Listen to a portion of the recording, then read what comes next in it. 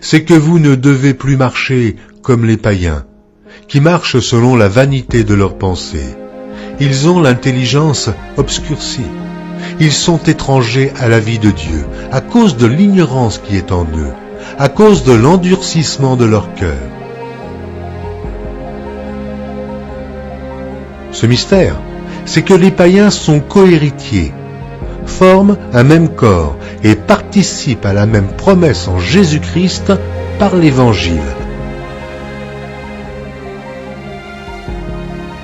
Que le péché ne règne donc point dans votre corps mortel, et n'obéissez pas à ses convoitises. Que toute amertume, toute animosité, toute colère, toute clameur, toute calomnie et toute espèce de méchanceté disparaissent du milieu de vous. Car tous sont péchés et sont privés de la gloire de Dieu. Et ils sont gratuitement justifiés par sa grâce, par le moyen de la rédemption qui est en Jésus-Christ.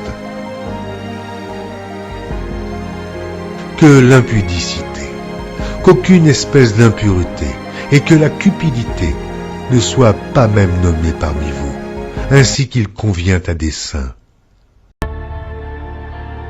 Ayant perdu tout sentiment, ils se sont livrés à la dissolution, pour commettre toute espèce d'impureté, jointe à la cupidité.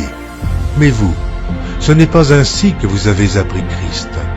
Si du moins vous l'avez entendu, et si, conformément à la vérité qui est en Jésus, c'est en lui, que vous avez été instruits à vous dépouiller, eu égard à votre vie passée, du vieil homme qui se corrompt par les convoitises trompeuses, à être renouvelé dans l'esprit de votre intelligence, et à revêtir l'homme nouveau, créé selon Dieu, dans une justice et une sainteté que produit la vérité.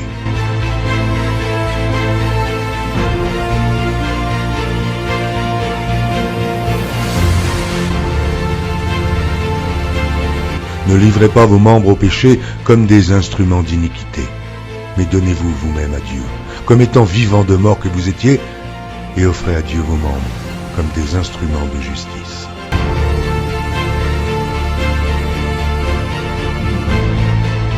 Qu'on n'entende ni paroles déshonnêtes, ni propos insensés, ni plaisanteries, choses qui sont contraires à la bienséance, qu'on entende plutôt des actions de grâce.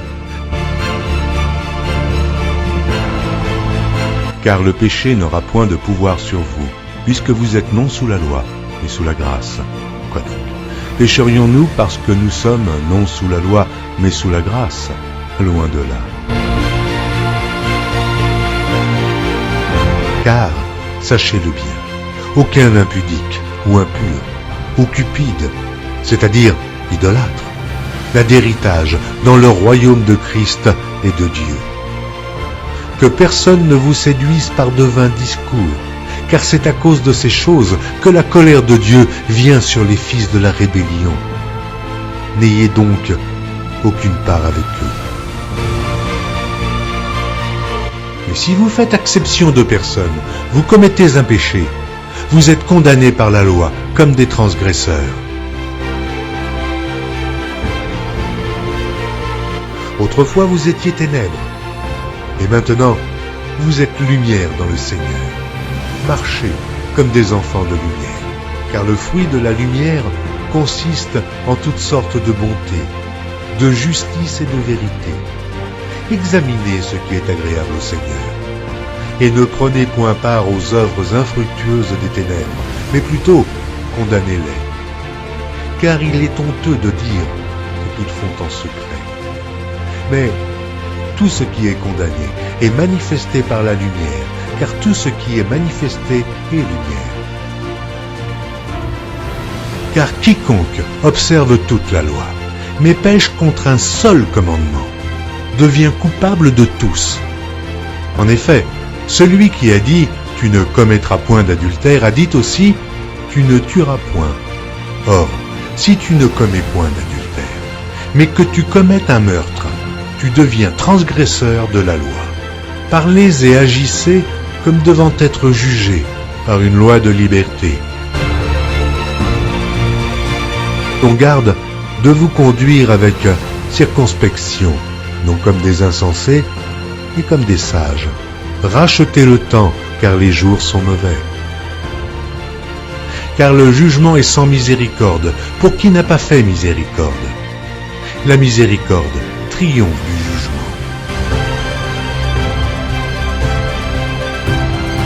Ne savez-vous pas qu'en vous livrant à quelqu'un comme esclave pour lui obéir, vous êtes esclave de celui à qui vous obéissez, soit du péché qui conduit à la mort, soit de l'obéissance qui conduit à la justice.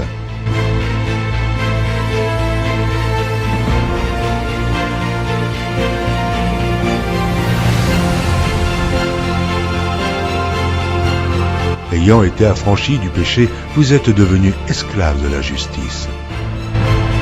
Heureux ceux dont les iniquités sont pardonnées et dont les péchés sont couverts. Sommes-nous plus excellents? Nullement, car nous avons déjà prouvé que tous, juifs et grecs, sont sous l'empire du péché, selon qu'il est écrit, il n'y a point de juste, pas même un seul. Nul n'est intelligent, nul ne cherche Dieu, tous sont égarés, tous sont pervertis. Il n'en est aucun qui fasse le bien, pas même un seul. Leur gosier est un sépulcre ouvert. Ils se servent de leur langue pour tromper. Ils ont sous leurs lèvres un venin d'aspic. Leur bouche est pleine de malédiction et d'amertume. Ils ont les pieds légers pour répandre le sang. La destruction et le malheur sont sur leur route. Ils ne connaissent pas le chemin de la paix. La crainte de Dieu n'est pas devant leurs yeux. De même donc, que vous avez livré vos membres comme esclaves à l'impureté et à l'iniquité pour arriver à l'iniquité, ainsi, maintenant livrez vos membres comme esclaves à la justice pour arriver à la sainteté. Car lorsque vous étiez esclaves du péché, vous étiez libres à l'égard de la justice. Quels fruits portiez-vous alors? Des fruits dont vous rougissez aujourd'hui, car la fin de ces choses, c'est la mort. Mais maintenant, étant affranchis du péché et devenus esclaves de Dieu, vous avez pour fruit la sainteté et pour fin la vie éternelle. Car le salaire du péché, c'est la mort. Mais le don gratuit de Dieu, c'est la vie éternelle en Jésus-Christ,